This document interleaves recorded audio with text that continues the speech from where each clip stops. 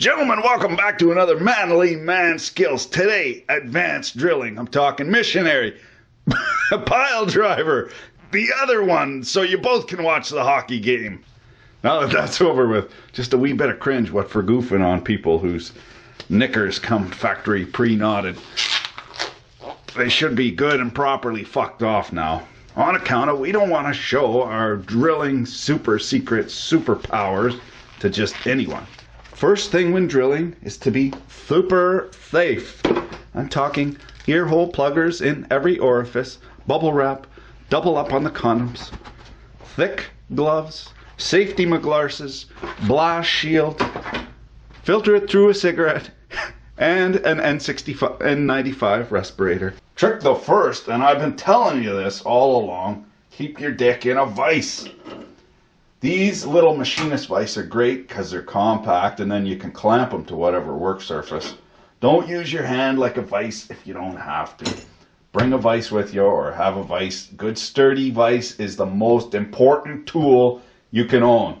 Good sturdy vise and workbench. That's all you need really, and a hammer. Trick the second, step drills are awesome for embiggening holes because if you have a big drill bit, you need a lot of torque and you need a huge amount of down pressure. You can't get that, your 200-pound gorilla, all you can put on there is 200 pounds. You need far more than that on a big drill because you're cutting this whole big chip here. This only cuts a little chip, but it cuts it a little bit at a time. So a little bit slower, but for hand drilling, awesome, awesome. Also, it's got a typical twist drill end, so you can pre-drill the hole, but I like to pilot it because this always gets chowdered up and then you're hooped if you don't have a pilot. So pilot it and then embiggen the hole this way. They got different sizes. They're friggin' awesome.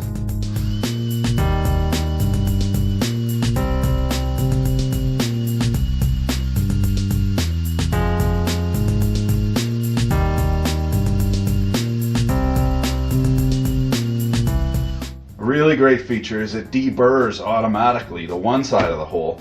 You don't have to bring a deburr around with you. Of course, you just want to deburr for style points. Sometimes, it doesn't matter for style points, but it's the little things that separate us from the end. So there you go. Nicely deburred. Of course, make a liar out of myself. There we go. Jesus. Nicely deburred. Beauty. When you need an accurate hole, that hoary old adage rings true. Measure once, cut twice, and the friggin' thing is still too short. You gotta lay stuff out. Center punching your hole gets your drill bit not to walk around. I don't do the corpo shill routine on account of, because. But when I come across a tool that changes my friggin' life, this is an automatic center punch. Now this is the fanciest of the fancy you can get. It's a Starrett made in the USA. Beautiful tool. This is an heirloom piece. My daughter will be wearing this around her neck at her wedding. Now you get yourself a center punch and you give her a proper what for with a nice beefy thumb detector. Now we're in like sin. However, son of a diddly, I put it in the wrong spot. Drill bit wandered over or whatever. If you need to bring a drill back on center, you can work it back on center by continually making new center punches, drilling, new center punch, drill, and that drill bit will, if you're lucky, walk right back over. This Chuck's got a bad case of the weeble wobbles on account of getting run over by a reindeer.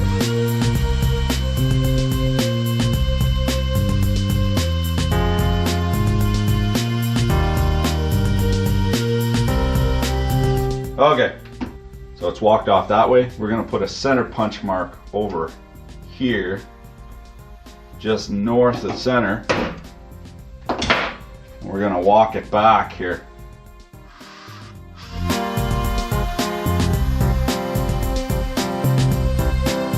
Well, that's that. Now you see, even with this tiny little drill bit, the feed pressure, my body positioning was terrible, but the feed pressure wasn't that great. Now what do? You got a big old drill bit and you're drilling by hand. You're not going to have any feed pressure, so your chips are, it's going to The hole is going to be real chattery because the chips are going to come out like needles. So this is a trick I picked up from Tom Lipton. Great idea. And it's also good if and you got to drill a whole bunch of holes in the field.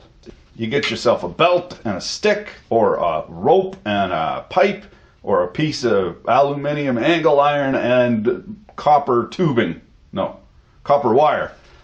And what we're going to do, well, I'll show you. It's tough to do this single-handed in the dark, but never stopped me before. What you do is you take your belt and you get your lever on the back of this. The lever is on my shoulder. Got good body positioning. Now I only need the one hand, and I can get lots and lots of feed pressure just by lifting up on my shoulder. So now I'm using my legs to give me feed pressure.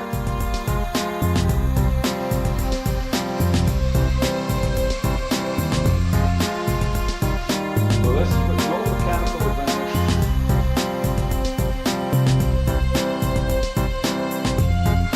You can see the size of chips there, just tiny, just taking tiny little cuts, wearing the drill bit out.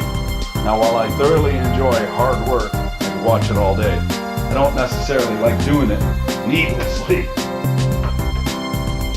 So hold my beer while I drill this hole.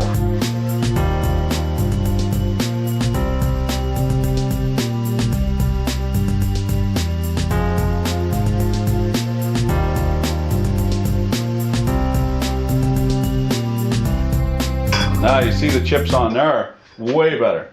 Still not as good as a drill press, you know, not the nice curly Q. Also, give us a fighting chance. We really should have pilot drilled that. What the pilot drill does, it just makes room for that chisel tip on the very end. This is not a split point bit. You can see it's got a chisel there. That's essentially a cold chisel. It's got to go into the meat, and actually it doesn't cut anything. It pushes the meat away. So that's a tough spot to get through. You need a lot of feed pressure to force that metal out of the way. If and we want to drill a hole sideways, we're going to have a whole hell of a lot of hurt, because there's a hangulation on the end of the drill. It fucks off. It only wants to drill straight up and down. So what do? Well, most drill presses, this will not work in a cordless drill or a corded drill by hand, but it will work in most drill presses. What we need to do is make a flat spot in the direction that we want to drill. Say we want to drill down this way, we need a flat spot here. I'm going to show you how to do that. Here we got the long-suffering Cryobi drill press, best $100, well, second best $100 I ever spent. I prefer not to talk about those beautiful Thai ladies with the big hands.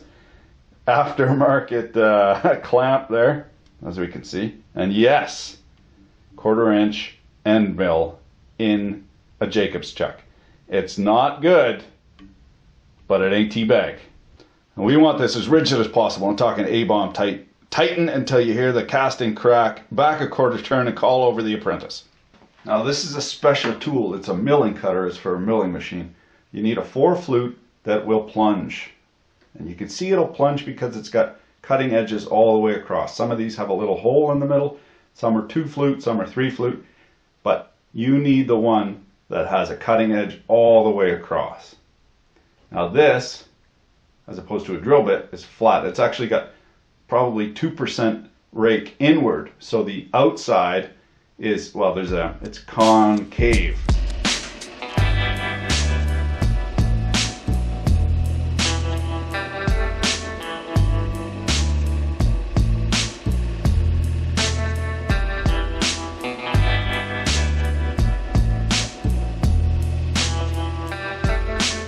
Now you see how cringy as fuck that is.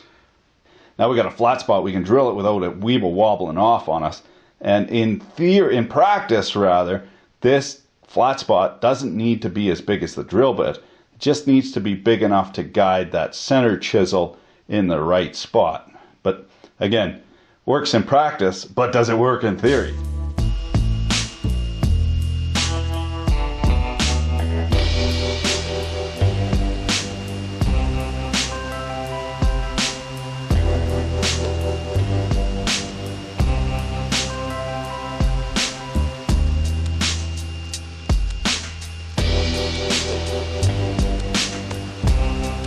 And that is how you get a sidewards hole. Well, by purpose. You need a flat spot. Sidewards holes, sometimes they just happen on their own. But if you want it to go where you want it to go, you need a flat spot there. Now this begs another question. What about lubrication, cutting oils and so forth? Mainly for small holes, it makes a lot of smoke. But because you're physically, mechanically cutting away metal, why would you want lubrication or anything of the sort? Now if you're a machinist and you're drilling lots of holes on a very rigid machine, lubrication makes a huge difference in the life of the tool. But if you're hand drilling, the tool generally doesn't get dull. It gets chowdered right to focus, you fuck. It breaks. You get tool breakage.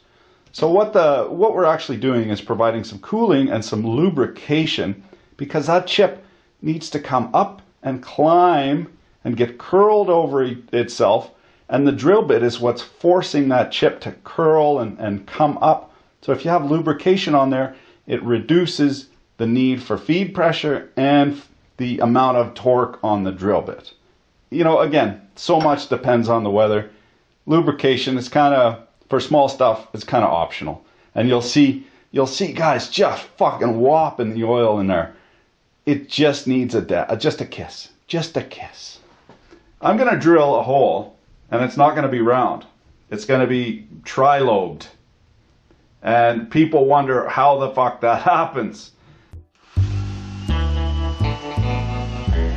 And the Oscar for finest camera YouTuber goes to...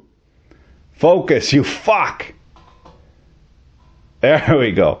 Clearly, 3 lobes. How does a round thing spinning make 3 lobes? I'm going to show you with the high speed.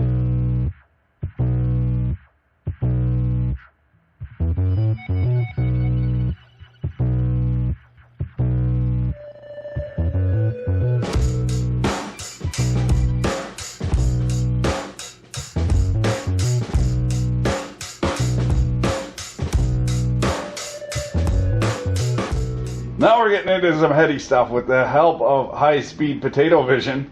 We can see it's weeble wobbling all over the fucking place. It actually doesn't drill a remotely round hole until we engage the twist of her.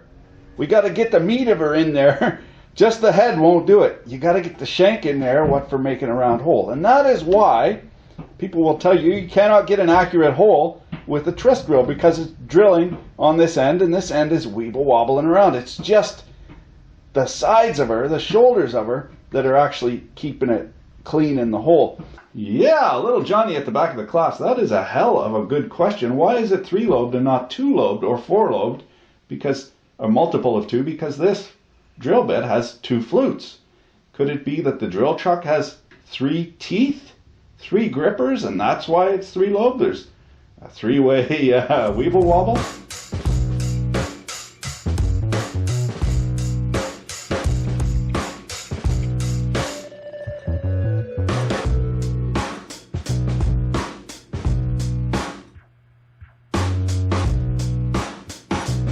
Fold it up. You want a nice stiff cotton rag. Not too big, just the right size. Just like that.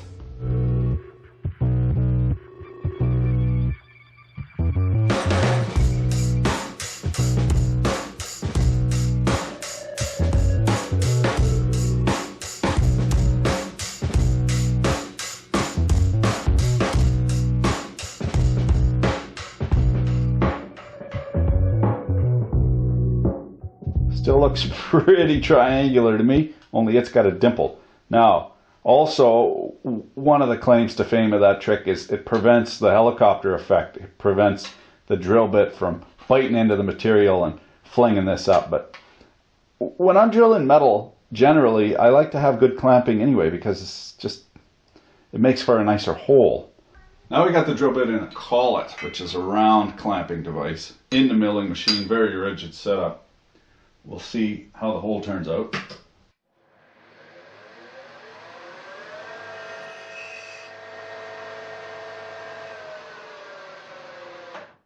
Less weeble wobble as well. We can see we do have a nice rounder hole. and over here with the drill press or the hand drilling. Now, if we want to get this as round as possible, we need as rigid a setup as possible, and backing. This needs to be clamped and backed. That's how you get a reasonably round hole in thin stock material. What you need is a stiffener, front and back.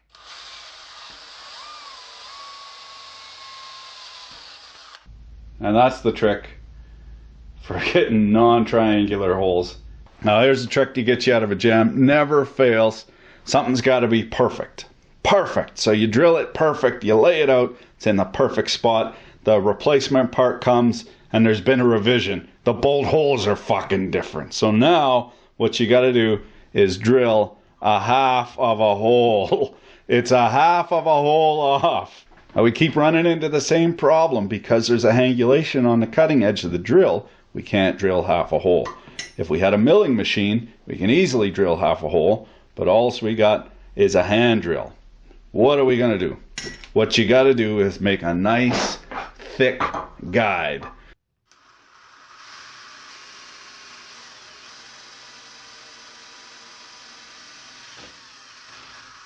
Now we're into the clamp. And that, my friends, is how you drill half a hole with a big G's-less guide.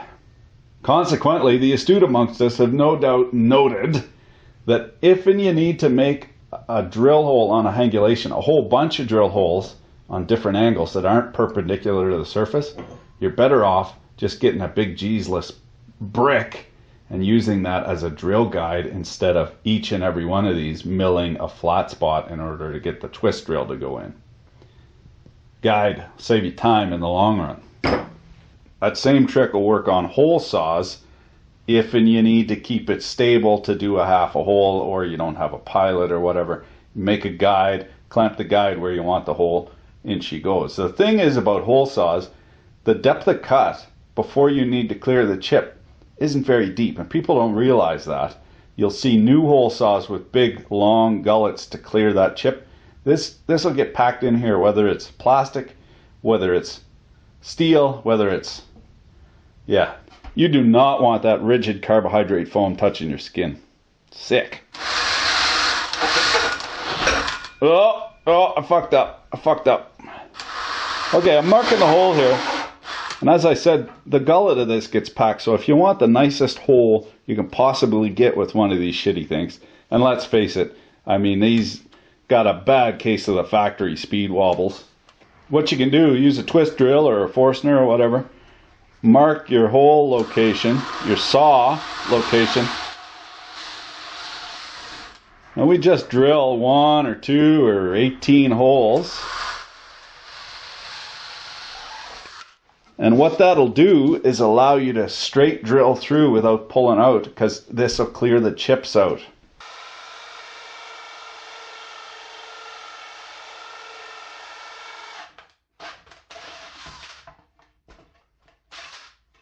The problem is cheap and shitty drives skookum and expensive out of the marketplace every time. So when you go to your local homeless desk spot, you can't even buy decent drill bits anymore. You can't get them.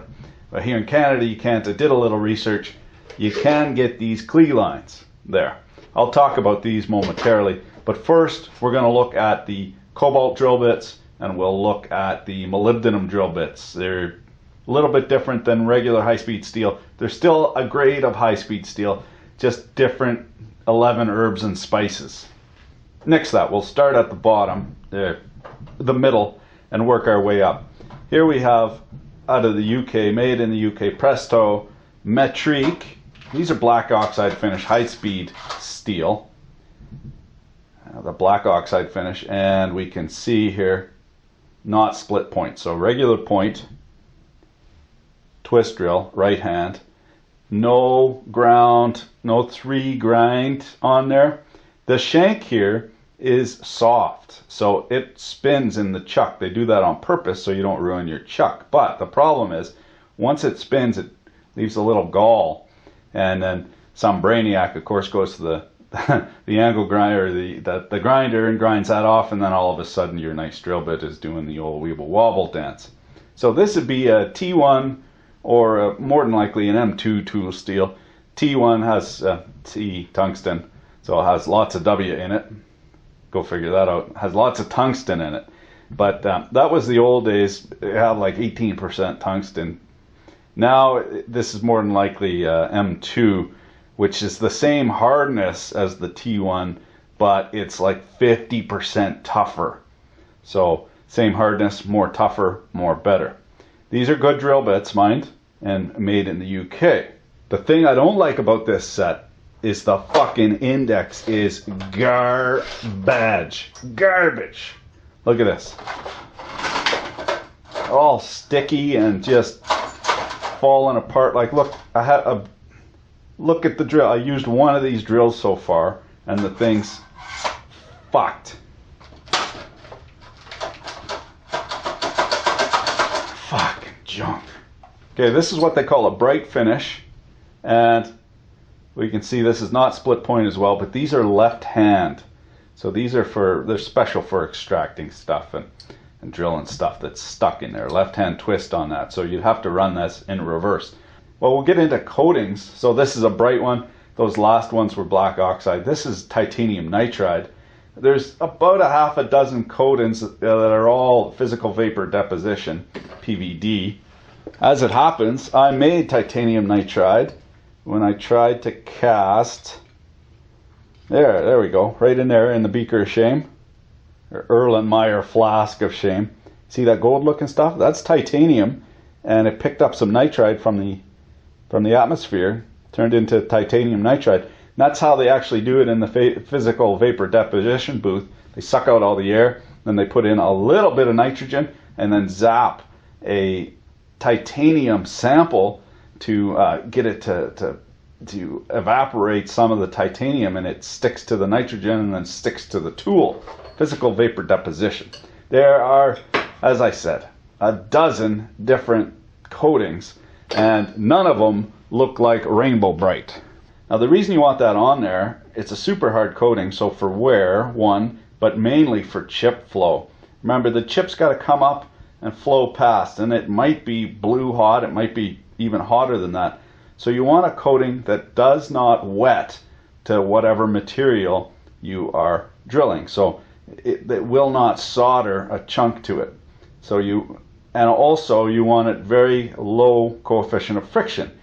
Lower coefficient of friction, just like having oil in there, keeps the chip flowing up nicely, and you have to work less hard to get your drill through the material. Now these are sharp as hell.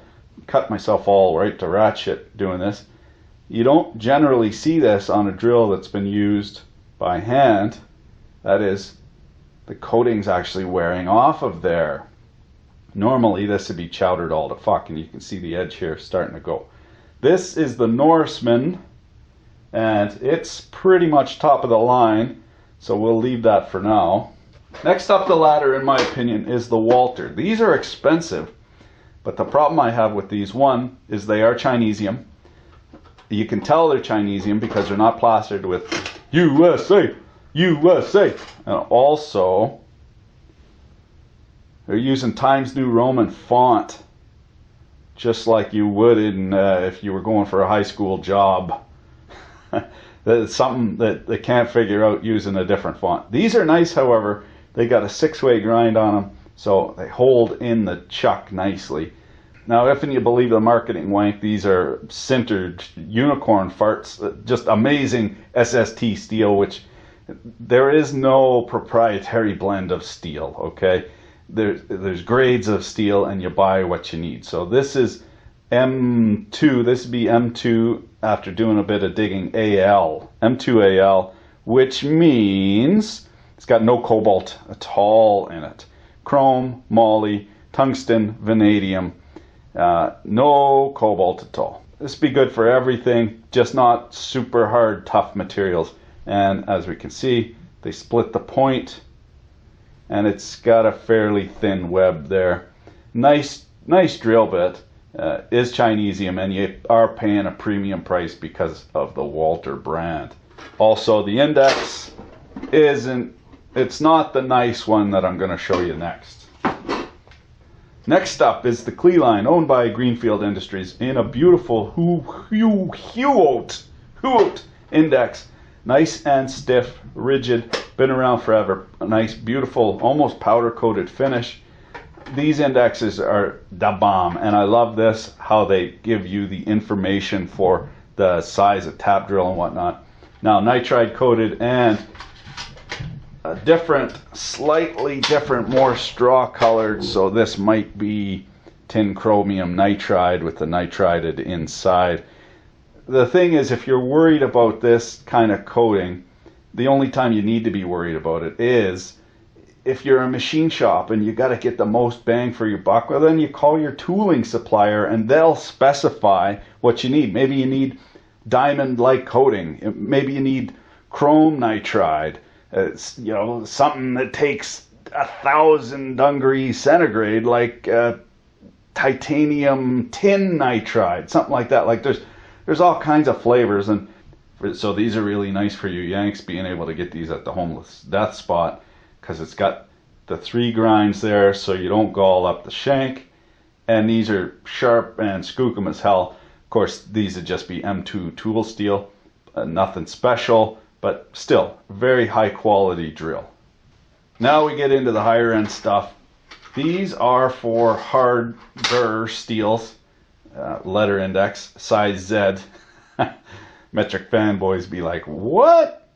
These are not cobalt. The cobalt you will see has HSSCO on there. I do not have any cobalt tools. These are molybdenum. They're supposed to be better. The web is thinner, so you have to displace less material to get the, well, you got to displace the same, but at the chisel tip you got to displace less material. Very likely either M35 or M42. M35, high moly content, no cobalt whatsoever in them. And the 42 is better than the 35. Well, that's just science because the number's higher. But it's hard and it's better for non-interrupted cuts. Rather, I have found these are sometimes too aggressive, and they tend to bite. Even in mild steel, they really, really bite in, take a too big of a chip, even with light feed pressure. So you got to watch that. And in my opinion, you'd be better off strictly using this in a nice rigid machine, or in a pickle for, you know, a grade 8 bolt, something really hard that you got to drill through, and stick with the black oxide, you know, the decent drill bit set, but that's not quite so high end. These are excellent drill bits, but they are spendy. Okay, thanks for watching. Keep your dick in a vice.